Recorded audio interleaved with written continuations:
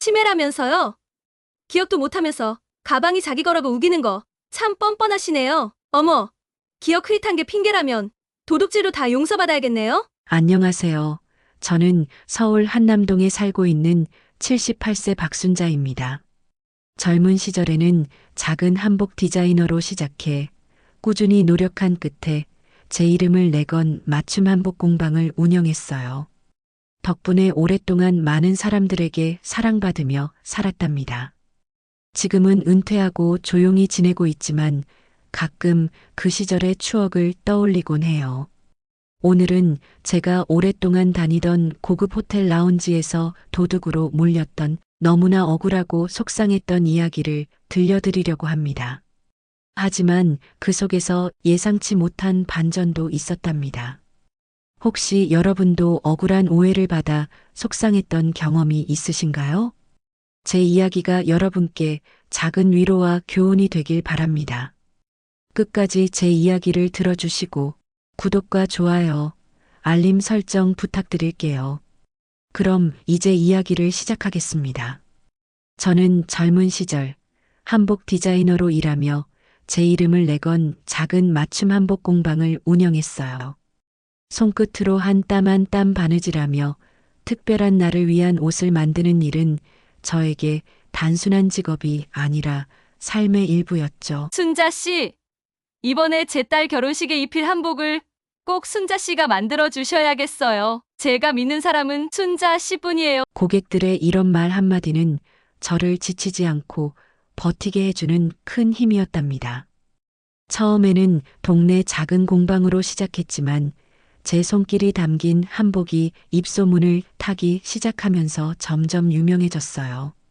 그 덕분에 사회 고위층이나 유명 인사들도 저를 찾아왔고 어느새 한복 전시회를 여는 자리까지 올라설 수 있었습니다. 그때는 정말 정신없이 바쁘고 행복했죠. 하지만 몇 년 전 체력도 약해지고 시력도 침침해지면서 아쉽게도 공방을 정리할 수밖에 없었어요. 이제는 손끝이 예전 같지 않네요. 한복이 제품에 들면 그 사람의 인생이 담기는 건데 제가 그 책임을 다하지 못할까 봐요. 그렇게 공방 문을 닫고 나니 허전함이 밀려왔지만 지금은 한남동의 작은 아파트에서 조용히 지내고 있습니다. 제 삶 속에는 여전히 그 시절의 흔적들이 가득합니다. 옷장 한켠에 걸려있는 손수 만든 한복들, 공방에서 쓰던 재봉틀, 그리고 고마운 손님들이 남겨준 손 편지들까지요. 그걸 보고 있으면 가끔은 이런 생각이 들기도 해요. 아, 그때는 정말 열심히 살았구나. 한복에 내 인생이 다 담겨 있었던 것 같아. 그렇게 평화로운 은퇴 생활을 이어가던 어느 날 치매 초기 진단을 받게 되면서 저는 제 삶이 무너지는 것 같은 충격을 받았어요. 치매라니 내가 치매라고? 설마 아직 이렇게 또렷한데. 그날 이후로 기억이 점점 흐려지는 제 자신을 마주해야 했습니다. 중요한 걸 깜빡하거나 일상적인 일도 잊어버리기 일쑤였죠. 그렇지만 저는 스스로를 잃지 않으려고 애쓰며 지내고 있습니다. 기억은 흐려질지 몰라도 내 삶의 가치는 내가 지켜야지. 이런 다짐을 하면서 혼자 시간을 보내고 가끔씩 고급 호텔 라운지를 찾곤 해요. 그 호텔은 제가 전시회를 열던 시절 고객들이 자주 추천해 주던 곳이에요.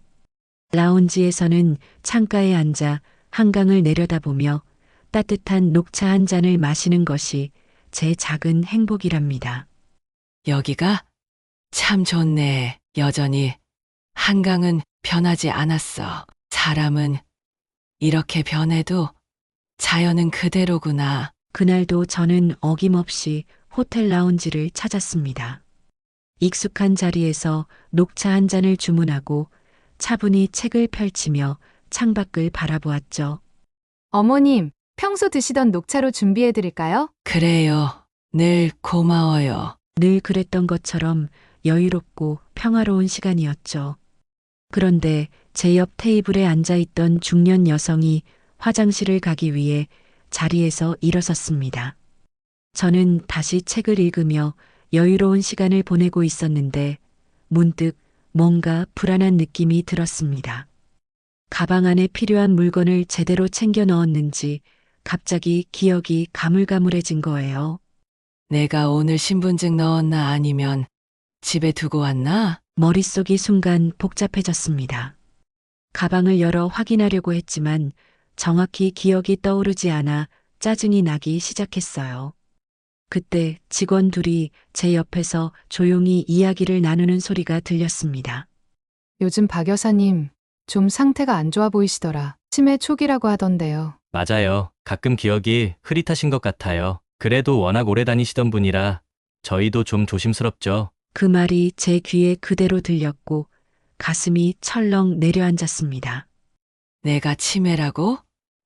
사람들이 날 그렇게 생각하는 건가? 평소 제 자존심이 높았던 저는 그 말을 듣고 너무나 창피하고 속이 상했지만 내색하지 않고 꾹 참았습니다. 잠시 후 화장실에 다녀온 중년 여성이 제 옆 테이블로 돌아오더니 갑자기 큰 소리로 외쳤습니다. 어머, 제 가방이 없어졌어요.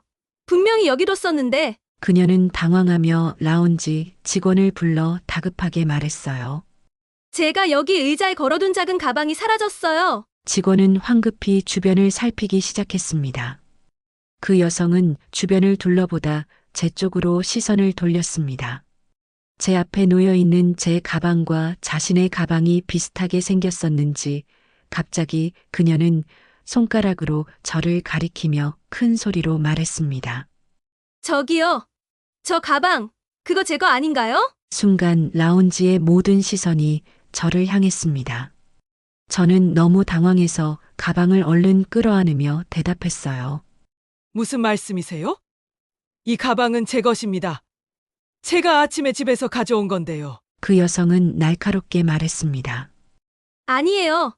저 가방 분명히 제 거예요. 제가 화장실 가기 전에 이 자리에 놔뒀었어요. 직원들도 당황한 듯 제 가방과 그녀를 번갈아 쳐다봤습니다. 직원은 조심스럽게 말했습니다. 어머님, 실례지만 혹시 이 가방이 정말 고객님 것인지 확인 가능할까요? 저는 억울한 표정으로 단호히 대답했습니다. 그럴 리가 없어요.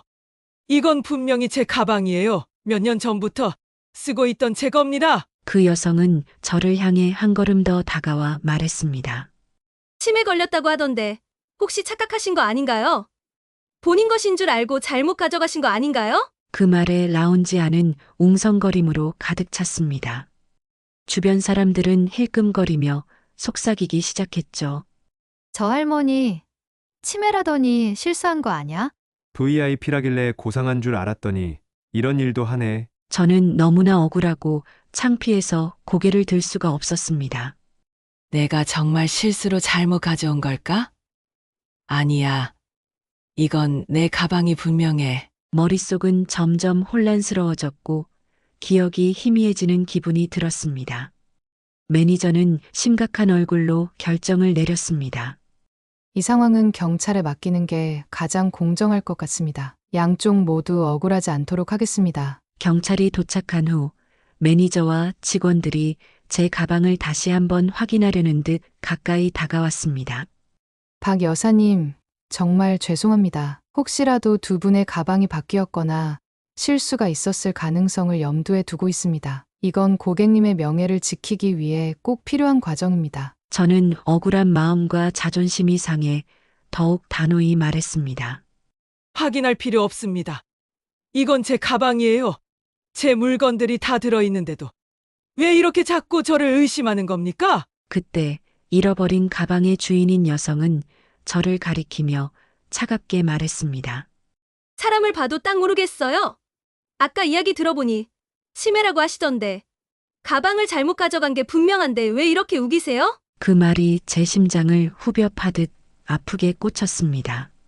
눈물이 나올 것 같았지만 차마 울 수가 없었습니다. 그 여성은 저를 향해 날선 목소리로 계속 몰아붙였습니다. 제가 화장실에 가 있는 동안 누군가 가방을 가져갔습니다. 그리고 지금 저 사람이 제 가방을 가지고 있는 거예요. 이걸 보세요. 그러니 못 보여주는 거라고요. 저는 가방을 꼭 끌어안고 억울함에 떨리는 목소리로 항변했습니다. 아니라고요. 이 가방은 제 겁니다. 저는 분명히 제 가방을 가지고 왔습니다. 저는 절대 도둑질 같은 건 하지 않아요. 저는 더 이상 참을 수 없었습니다. 울컥하는 마음에 소리쳤습니다. 치매라고 해서 제가 잘못했다고 단정 짓는 겁니까? 기억이 흐릿할지 몰라도 제 자존심은 잃지 않았습니다. 저는 도둑이 아니에요. 하지만 주변 사람들의 차가운 시선과 의심은 여전했습니다. 경찰관은 이 상황을 해결하기 위해 조심스럽게 말을 꺼냈습니다. 박 여사님, 저희가 지금 바로 이 자리에서 가방 안에 있는 물건들을 확인해도 될까요? 오해를 풀기 위한 과정입니다. 저는 너무 억울했지만 모든 사람이 저를 의심하는 듯한 상황에서 어쩔 수 없이 동의했습니다. 좋아요. 확인해 보세요. 제 가방이라는 걸 증명해 드릴게요. 경찰관이 제 가방을 열어봤지만 안에는 특별한 증거나 분실 신고된 물건은 나오지 않았습니다. 제 가방 안에는 분명 제가 평소에 가지고 다니던 물건들이 들어 있었죠. 그러나 여성은 계속해서 주장했습니다. 그 가방, 분명히 제 거예요. 저 사람이 제 가방을 가져가서 안에 물건을 바꿔치기 한 거예요. 저는 더 이상 참을 수 없었습니다. 목소리가 떨리며 터져 나왔습니다. 저는 분명히 제 가방을 가지고 왔습니다. 제가 왜 이렇게까지 의심받아야 하죠? 저는 잘못한 게 없어요. 하지만 경찰은 어쩔 수 없다는 듯 말했습니다. 박 여사님, 이 상황은 경찰서에서 조금 더 자세히 확인해야 할 것 같습니다. 고객님께서도 신고를 하셨고 저희는 절차를 따르는 것뿐입니다. 결국 저는 경찰을 따라 라운지 밖으로 나섰습니다. 모든 것이 끝난 것만 같은 기분이 들었고 제 자존심은 산산조각이 난 것 같았습니다. 라운지에 있던 사람들은 제가 경찰과 함께 나가는 모습을 보며 여전히 수군거리고 있었습니다. 저분이 도둑 맞는 것 같네. 치매 걸리면 진짜 이런 일도 생기나 봐. 저는 억울함에 주먹을 꽉 쥐고 있었습니다. 경찰차를 타고 경찰서로 향하는 동안 저는 아무 말도 하지 않았습니다. 억울함과 모욕감, 그리고 스스로조차 흔들리는 자존감이 복잡하게 얽혀 있었습니다. 내가 정말 실수로 가방을 잘못 가져온 걸까? 아니야. 그럴 리 없어. 하지만 얘 이렇게 모든 것이 나를 향해 의심의 눈길을 보내는 거지? 제 머릿속은 혼란스러웠고 가슴은 점점 더 답답해졌습니다. 경찰서에 도착하자 분실 신고를 한 여성과 저는 각자 별도의 조사실로 안내되었습니다. 경찰은 우선 저에게 차분하게 물었습니다. 박순자님, 이 가방이 정말 고객님의 것인지 다시 한번 확인해 주실 수 있을까요? 저는 억울한 마음에 가방을 끌어안으며 단호하게 대답했습니다. 이건 제 가방이에요. 몇 년 전부터 제가 사용해 온 겁니다. 제 물건들이 다 들어있는데 왜 자꾸 저를 의심하는 겁니까? 그러나 여성은 여전히 저를 향해 날카로운 목소리로 외쳤습니다. 그 가방 안에 있는 물건들, 그거 다 저 사람이 제 물건을 바꿔치기 한 거라고요. 그녀의 목소리가 날카롭게 경찰서 안을 울렸습니다. 저는 참을 수 없는 울분에 그녀를 똑바로 쳐다보며 소리쳤습니다. 바꿔치기라니요? 제가 왜 그런 짓을 해야 하죠? 저는 도둑이 아니에요. 그러자 그녀는 비웃듯이 말했습니다. 사람을 봐도 모르겠어요. 치매라고 하시던데. 아마 본인이 뭘 했는지도 기억 못하는 거 아닐까요? 가방을 잘못 가져간 것도 모자라서 이제 안에 있는 물건까지 바꿔치기 했을 수도 있잖아요. 그 말은 저를 완전히 무너뜨렸습니다. 치매라서 내가 모른다고? 내가 도둑질을 했다고? 제 손이 떨렸고 숨이 가빠졌습니다. 모든 사람들이 그녀의 말에 고개를 끄덕이는 것처럼 보였고 저는 그 속에서 점점 더 작아지는 기분이 들었어요. 경찰은 저와 여성의 진술을 비교하며 가방 안의 물건들을 조사하기 시작했습니다.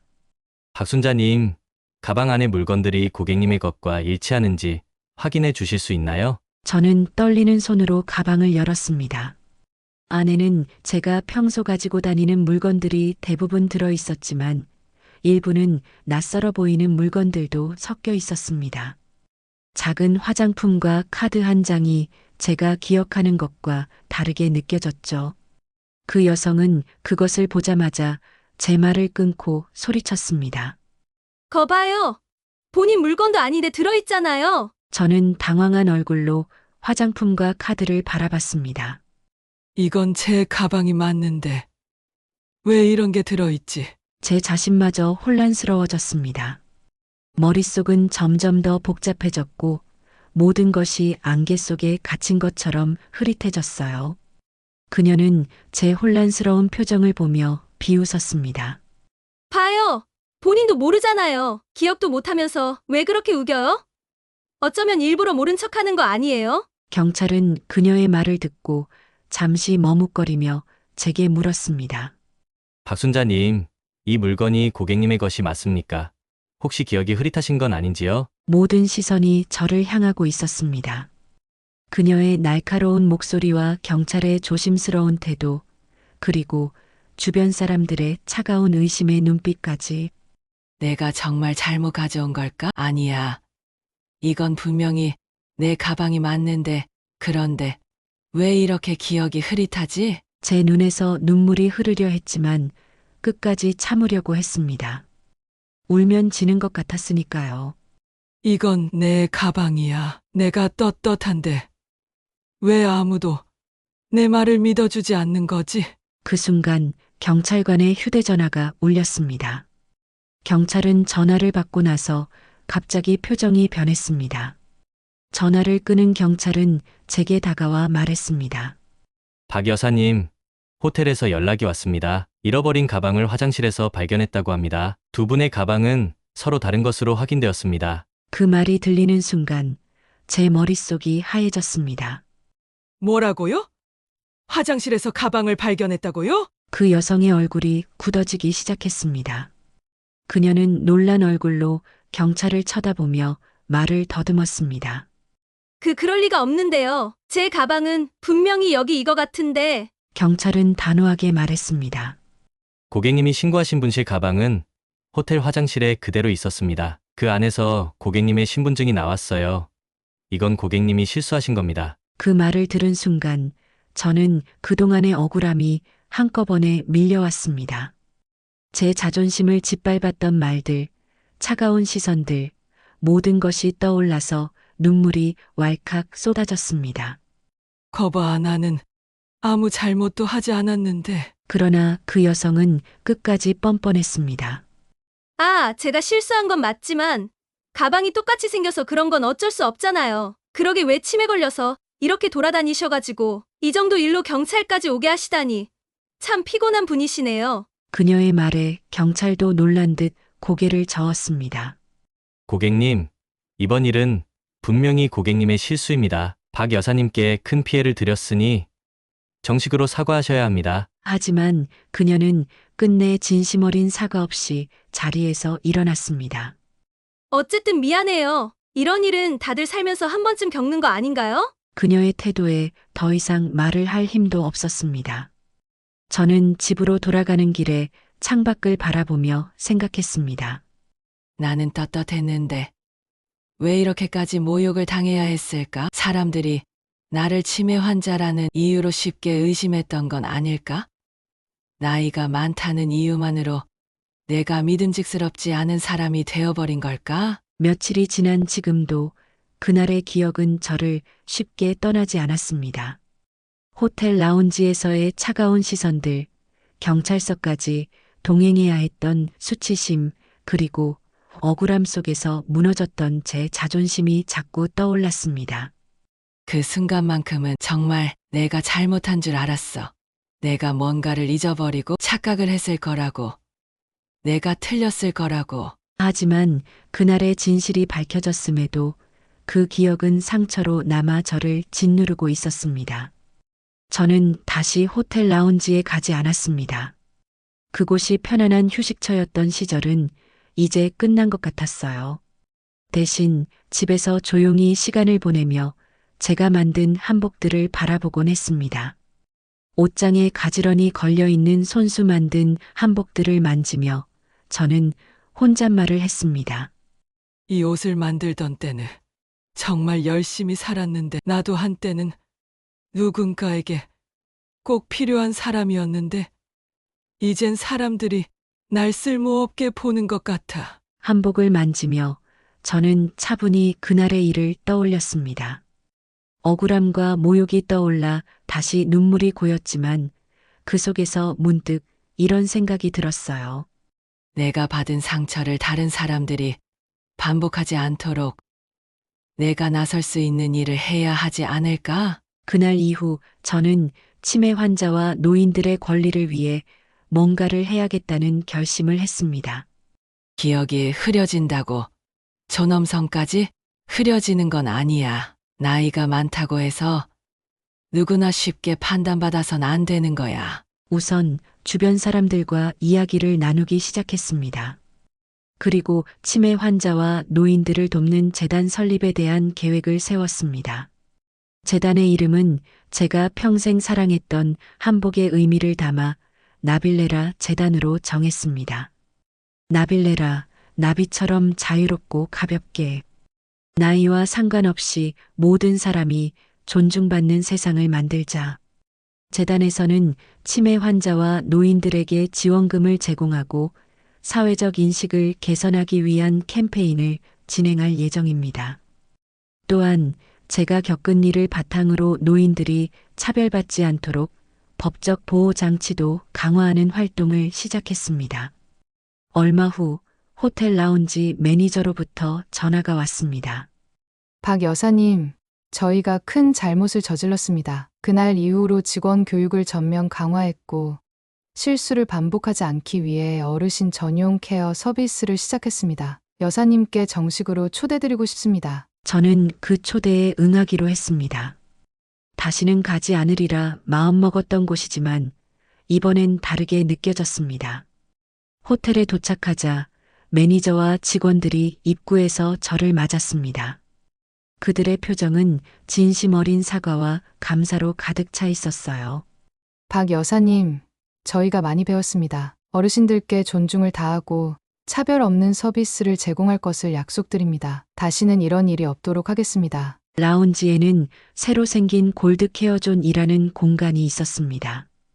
어르신들이 편안히 쉴 수 있는 공간으로 직원들이 따뜻한 미소와 정성으로 맞이하고 있었습니다. 라운지 안에서 저는 그날 저를 의심했던 매니저와 직원들을 만났습니다. 그들은 고개를 숙이며 진심으로 사과했습니다.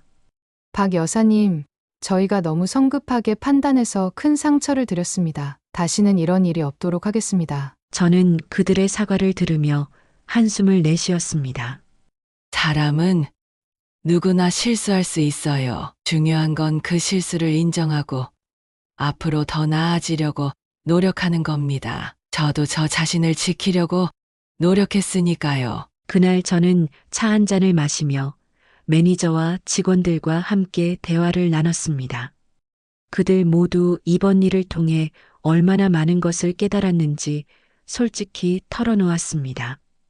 그날 이후 저는 재단 활동에 더욱 열정을 쏟았습니다.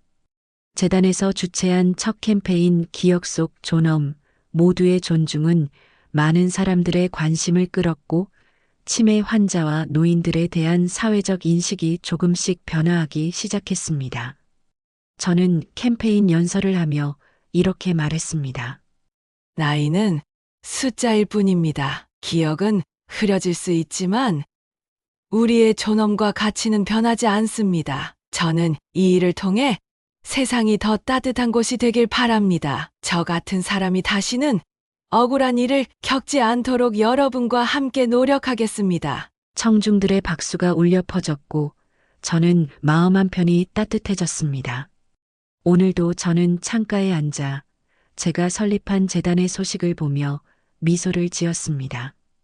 한강을 바라보며 조용히 커피를 마시다가 혼잣말을 했어요.